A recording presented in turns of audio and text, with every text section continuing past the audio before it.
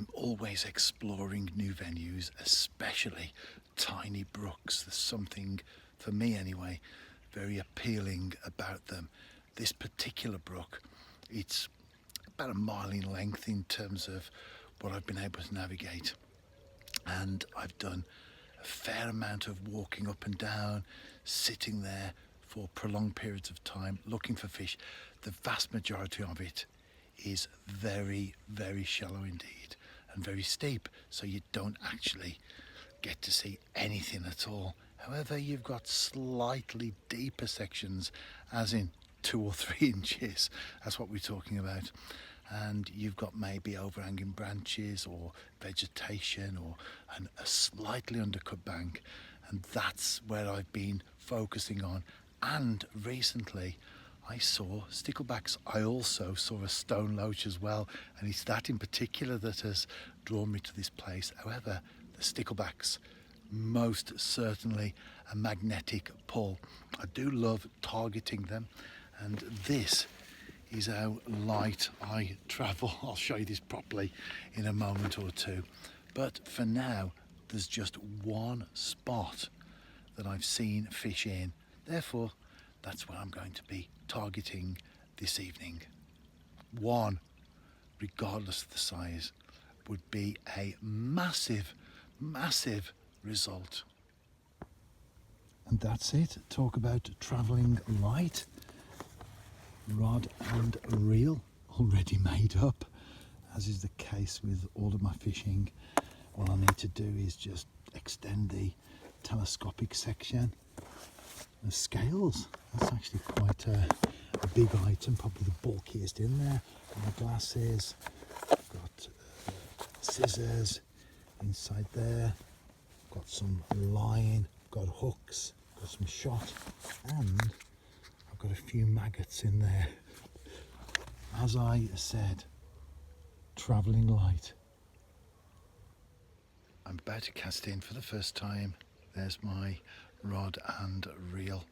I can see lots and lots of small sticklebacks at the moment in the water. Perhaps if I'm quick, I could get one of those out. But of course, what I want is one of the big ones. And I'm being very, very quiet indeed. I've got hordes of these tiny, tiny fish, I mean small as well, immediately attacking the maggot. But every time I've tried to lift out the water, the fish aren't coming with the bait. They are that small. I feel confident though. And certainly when one of the bigger fish is aroused by the activity of the smaller ones, it's great fun.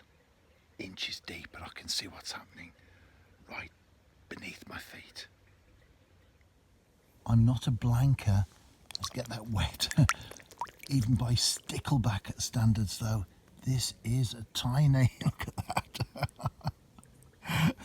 It was hanging on for dear life, and I managed to get it out of the brook. Look at that. I'm absolutely thrilled with that fish.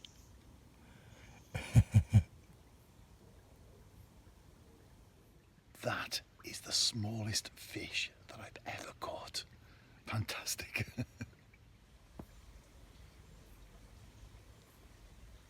I've exhausted the spot now. Last cast. I'll be back though.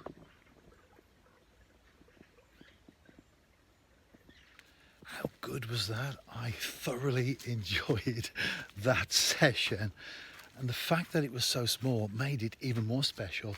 As I said at the start, one fish, regardless of the size, would be a huge result, and it most certainly was the smallest fish that I've ever caught by design. In fact, probably ever, unless I was a kid at one point and put my net in the water and caught something smaller. Can't remember that. But I'm listening to the birds. I've had a couple of ravens coming over actually, settling for the night. But as far as the angling is concerned, fantastic. I'm up a steep hill here. What's the smallest fish that you've ever caught? as I continue to make my way back, I've just seen a tiny juvenile baby muntjac make its way across in front of me. I did see it feeding actually, and then if I see it, it's going to see me, and it did, and it's just made its way off into more woodland. Fantastic. Angling is the perfect platform from which to engage with the natural world.